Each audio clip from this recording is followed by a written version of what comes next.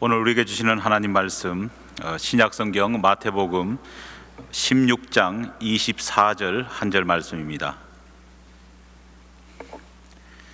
신약성경 마태복음 16장 24절 한 절 말씀, 제가 가진 성경책 신약성경 27면에 기록되어 있습니다. 마태복음 16장 24절 주신 말씀을 제가 봉독해 올리겠습니다. 이에 예수께서 제자들에게 이르시되 누구든지 나를 따라오려거든 자기를 부인하고 자기 십자가를 지고 나를 따를 것이니라. 아멘. 2011년 애플의 창업자인 스티브 잡스가 사망하자 때 아닌 로고 전쟁이 전 세계적으로 벌어졌었습니다. 우리가 잘 아는 대로 한입 배문 사과 모양을 하고 있는 이 애플 로고에 과연 어떤 의미가 담겨 있을까? 왜 스티브 잡스는 컴퓨터라고 하는 최첨단 문명의 기기를 생산하는 회사를 만들면서 전혀 뜬금없이 과일 이름을 회사 이름과 또 과일을 회사 로고로 선택했을까? 사람들의 추측은 다양했습니다. 월스트리트 저널 기자였던 짐 칼튼이라고 하는 사람은 1997년에 출간된 애플이라고 하는 제목의 책을 통해서 스티브 잡스가 전설적인 영국의 락 그룹인 비틀즈를 흠모한 나머지 비틀즈의 음반 라벨이었던 그 사과 모양을 보면서 그대로 본따서 회사 로고를 만들었다, 그렇게 주장했습니다. 또 다른 사람은 수학에 대해서 특별한 애정을 보였던 이 스티브 잡스가 영국의 천재 수학자였던 앨런 튜링을 추모하면서 사과 모양의 로고를 선택했다 말합니다. 영화로도 출간되었지만은요, 이 튜링이라는 사람은 세계 2차 대전이 한창 열리던 그런 때에 독일군 암호를 해독하는 컴퓨터를 발명하면서 어떻게 보면 2차 대전의 승패를 결정짓는데 결정적인 역할을 한 분입니다.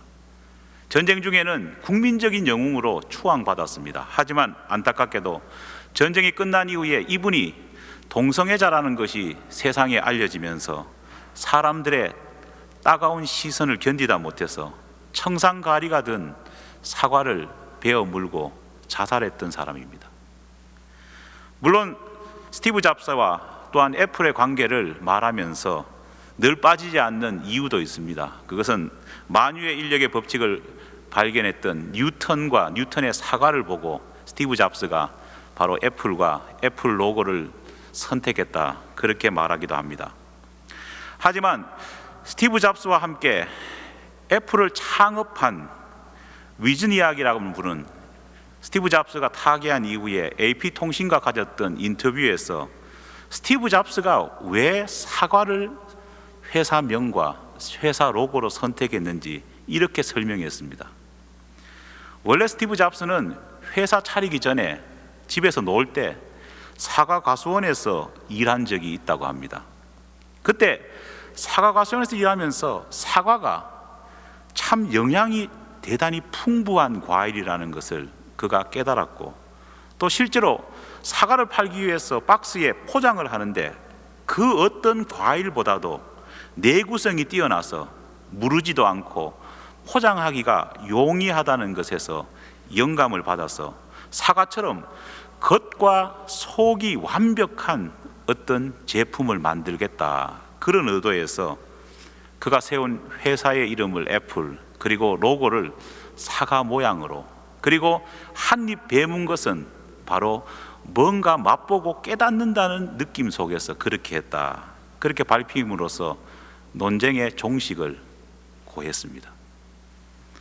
비록 로고라기는 말하기는 어폐가 있지만은요, 종교에도 로고가 있습니다. 불교를 상징하는 로고, 상징은 뭘까요? 연꽃입니다.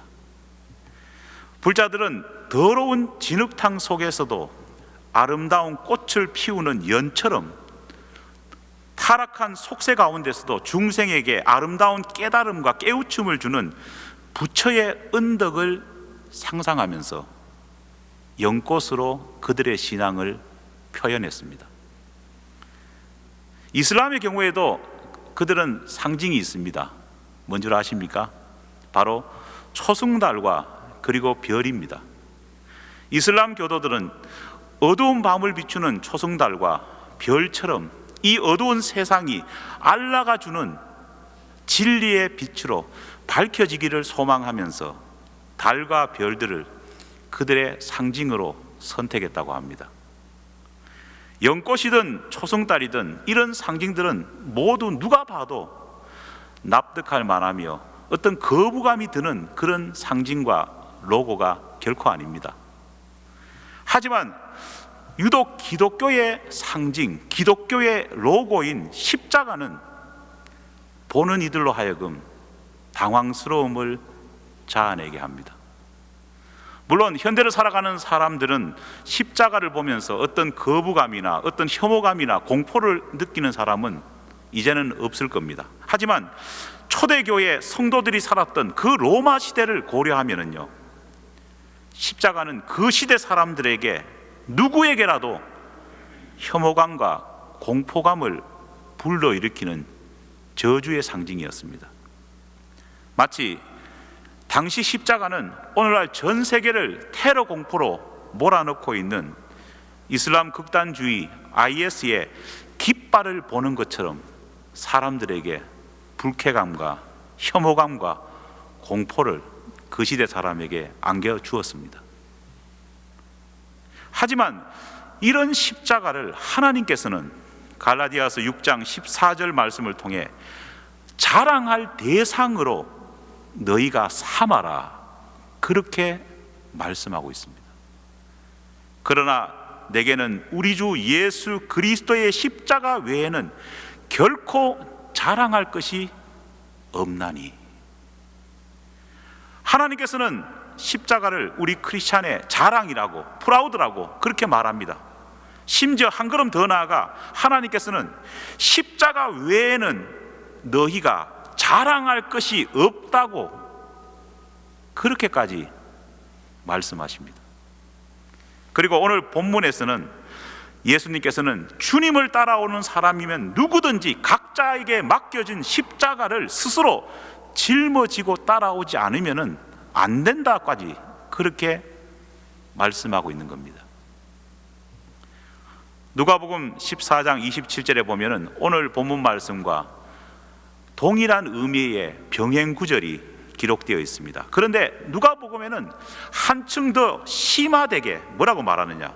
누구든지 자기 십자가를 지고 주님을 따르지 않는다면은 그 사람은 예수님의 제자가 아니라고 못 받고 있습니다. 더욱 놀라운 것은 이 불편하고 어떻게 보면 이 부담스러운 이 십자가가 예수님께서 이 땅에 사시는 동안에 행하셨던 수많은 설교와 수많은 말씀 가운데에 가장 많이 언급된 주제라는 겁니다. 여러분, 예수님 당시에 십자가의 형벌은 공개 처형 방식이었습니다. 여러분 그런 소리 많이 듣지 않습니까? 요즘도 북한에는요, 큰 프라자에 사람들 불러 모아놓고 사람을 공개적으로 총을 쏘아서 또는 돌로 쳐서 죽인다고 말하지 않습니까? 십자가도 로마 시대 때는 사람을 죽이는 공개 처형 방법이었습니다. 한 달에도 몇 번씩 생명이 붙어있는 생사람을 십자가에 매달아 놓고 몇 시간씩 그 십자가 상에 매달려서 처절하게 죽어가는 처참한 장면을 로마 제국은 범죄를 막는다는 이유, 로마에 대한 항거를 막는다는 이유 때문에 사람들을 반강제적으로 불러 모아서 그것을 보게 했습니다. 예수님 십자가에 못 박혔을 때도요, 수많은 사람이 왔지 않습니까? 심지어는 어머니 마리아까지 왔습니다. 왜 그랬을까요? 그게 뭐 구경이라고? 반강제적으로 오게 했기 때문입니다. 그런 처참한 광경을 한 달에도 몇 번씩 봐야 되는 그 사람들에게, 그 고통을 아는 사람들에게, 그 생지옥의 현장을 기억하고 있는 사람에게 예수님께서 전한 십자가 설교는요, 결코 좋은 주제가 아니었습니다. 아마 예수님께서 십자가 설교하실 때에 좋아했던 사람은 단 한 사람도 없었을 겁니다. 그런 상황, 그런 처지를 모두 다 알고 계셨던 주님께서 왜 자기 자신의 인기에 찬물을 끼얹을 만한 이 십자가를 주제로 정하셨어? 그것도 제일 많이 반복해서 말씀하시고 설교하시고 명령하신 이유가 무엇이었을까요? 그것은 바로 이 십자가가 기독교 신앙의 핵심인 하나님의 사랑과 하나님의 은혜를 깨달을 수 있는 유일한 길이었고, 동시에 그 하나님의 은혜와 사랑을 입은 사람들이 그들의 신앙을 세상 가운데에 드러내고 그들의 신앙의 순수성을 지킬 수 있는 유일한 방법이 이 십자가의 비밀에 담겨져 있기 때문입니다. 믿습니까? 세상 모든 종교에는 사람들을 끌 만한 매력들이 있습니다. 그렇죠? 샤머니즘에는 길흉화복이라고 하는 이익이 보장되어 있습니다. 불교에도 극락왕생이라고 하는 이익이 보장되어 있습니다. 이슬람 교회는요, 현세의 성공은 물론 내세의 향락까지 약속되어 있습니다. 특히 코란을 보면은요, 코란 56장 18절 말씀에 보면 이제 별거를 다 가르쳐 줍니다. 뭐라고 되어 있느냐? 천국에 들어간 이슬람 교도는 지상에서 금지되었던 술을 마음껏 마실 수 있다는 겁니다. 이슬람 교도가 술이 금지되어 있는데 천국 가면은요, 부어라 마셔라, 술을 진탕 먹을 수 있다는 겁니다. 코란 56장 35절에는요, 저를 포함한 모든 남자들이 혹할 만한 약속이 숨겨져 있습니다. 뭐라고 되어 있느냐? 천국에 들어간 사람은 아내의 허락 없이 여러 명의 처녀들과 원하는 대로 관계를 가질 수 있다. 우리 교회는 아멘 하는 분이 없군요. 한마디로 세상에서 누리지 못한 욕망, 세상에서 채우지 못한 욕구들을 무차별적으로 충족시킬 수 있다는 매력적인 약속이 숨겨져 있는 겁니다. 하지만 예수님께서는 자신을 믿고 따르기 위해서 몰려드는 사람에게 이런 구인 프로모션을 하지 않으셨습니다. 오히려 찬물 끼얹는 십자가만 외쳤다는 겁니다. 오히려 주님께서는 이 세상으로부터 십자가를 질 것을 요구하시면서 십자가의 희생을 각오하지 않고서 실천하지 않고서는 하늘에도 네 상이 없다, 그런 말을 하셨습니다. 물론 예수님을 믿는 사람들에게도 하나님께서 준비하신 큰 축복이 약속되어 있습니다. 하지만 문제는 주님께서는 이런 축복 자체를 누리고 즐기라고 하신 대신에 그 축복을 가지고 희생하라고 사람들에게 말씀하십니다.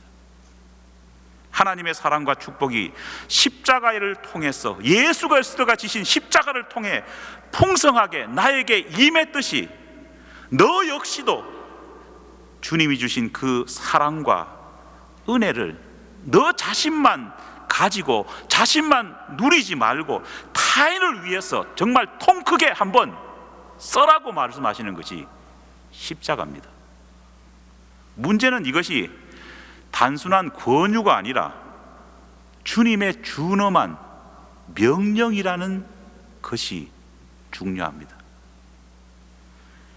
십자가 지기를 거부하는 사람이 여러분 하나님 나라에 들어갈 수 있을까요?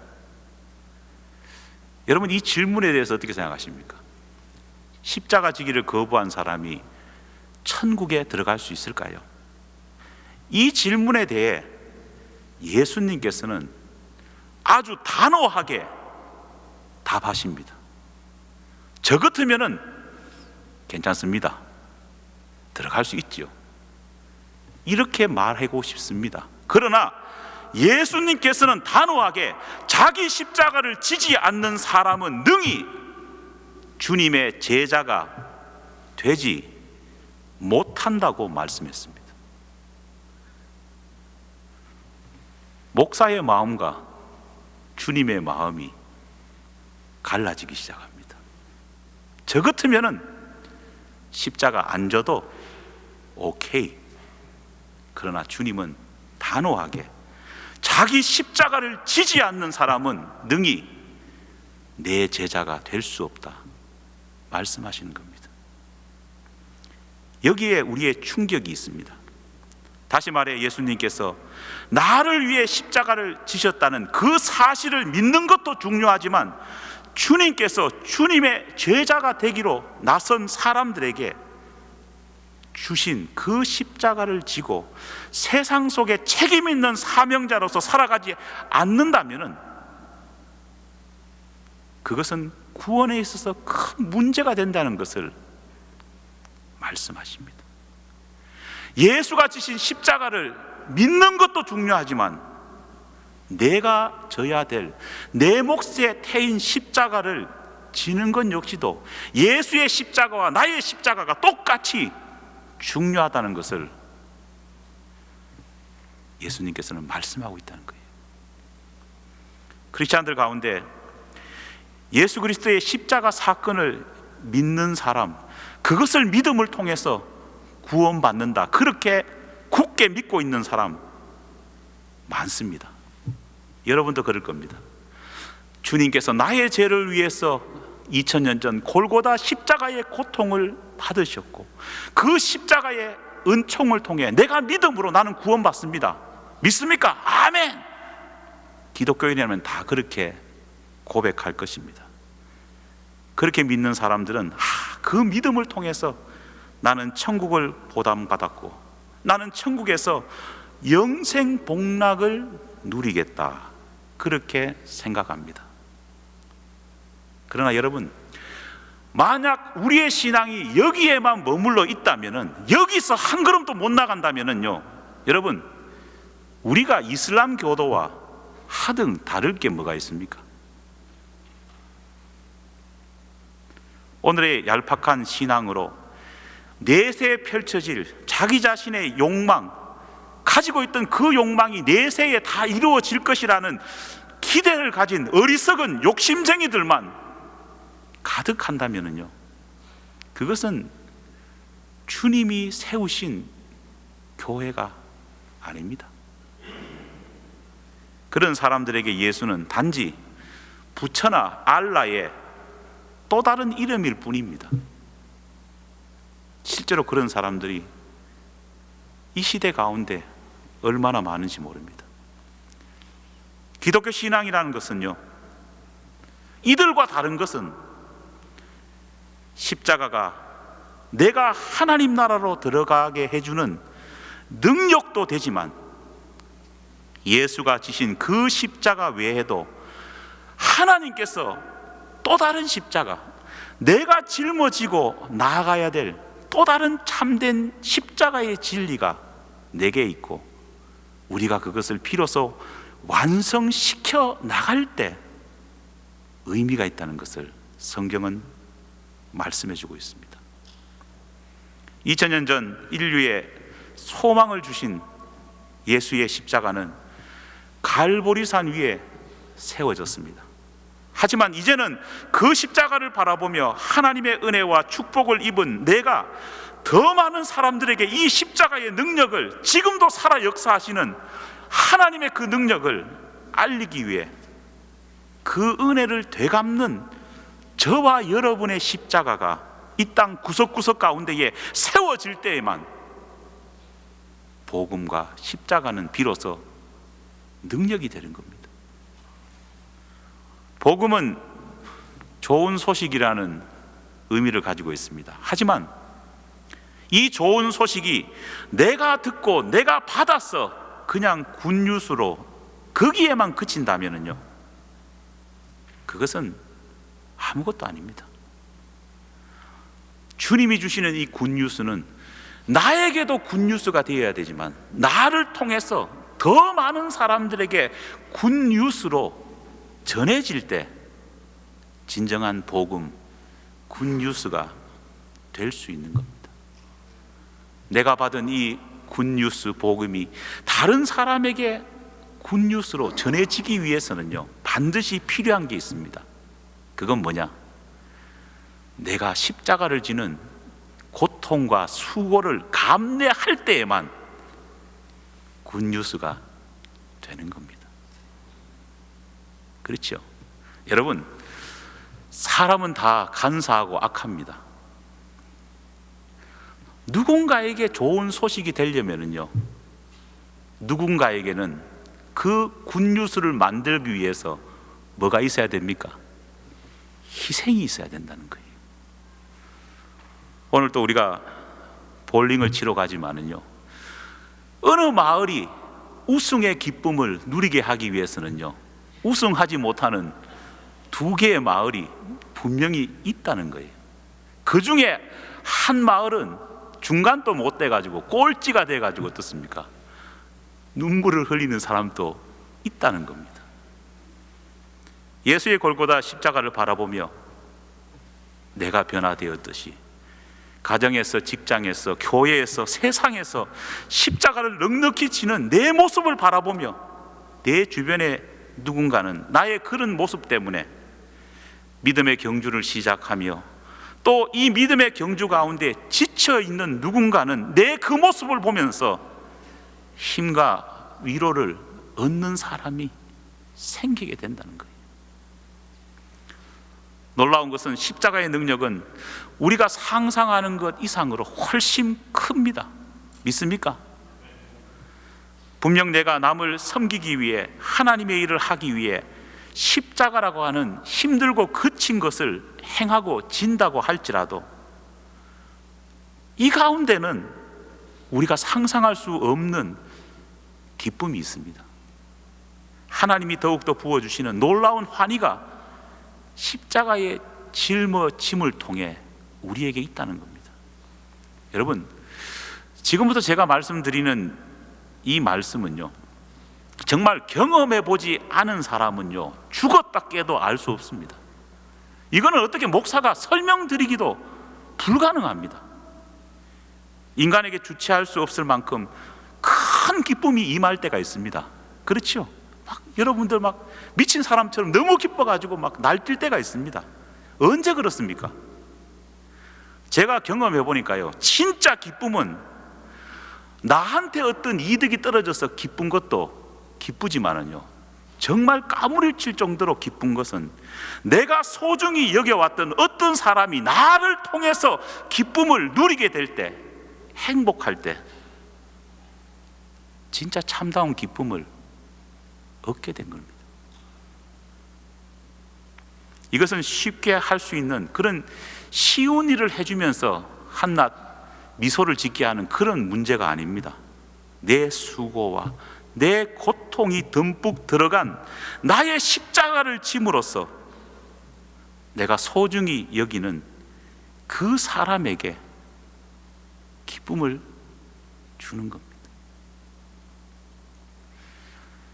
좋은 예가 될지는 모르겠지만은 여러분들이 출산할 때 그런 기쁨 느끼지 않습니까?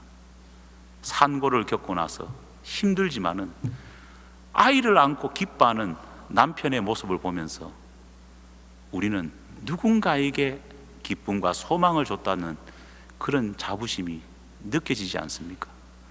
물론 오래 가지 않았으면 문제죠.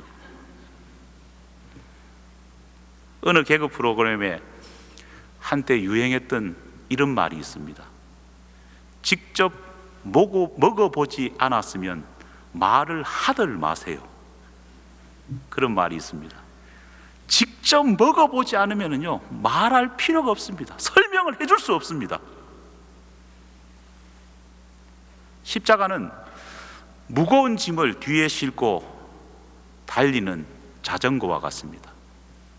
여러분, 뒤에 무거운 짐 하나 싣고 자전거를 출발하려면요, 첫 번째 스텝, 첫 번째 페달을 밟는 그 걸음은 어떻습니까?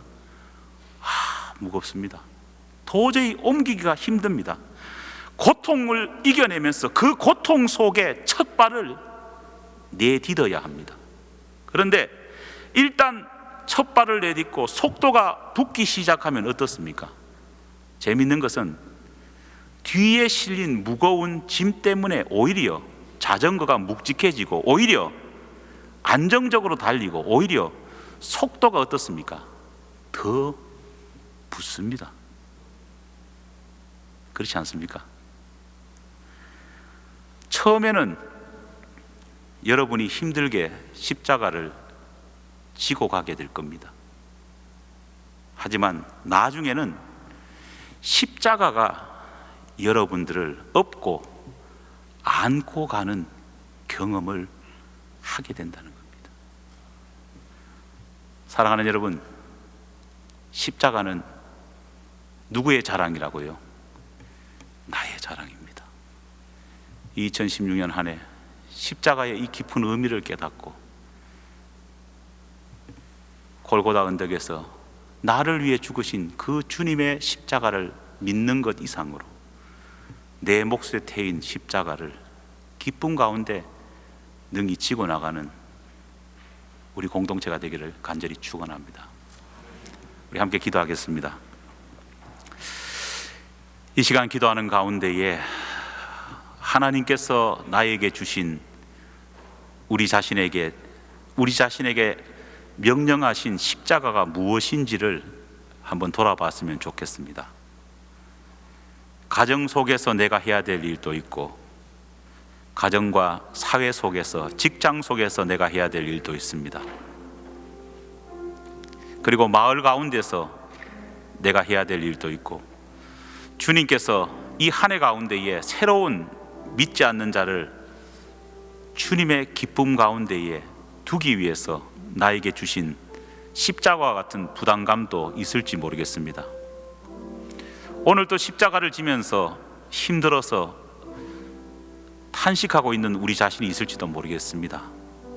이 시간 우리 같이 기도하는 가운데에 하나님, 우리 몫에 태인 이 십자가를 골고다 언덕의 주님을 믿고 구원을 바라보며 기뻐하는 것 이상으로 또 다른 십자가의 의미인 내 몫에 태인 십자가를 소중히 알고 온전히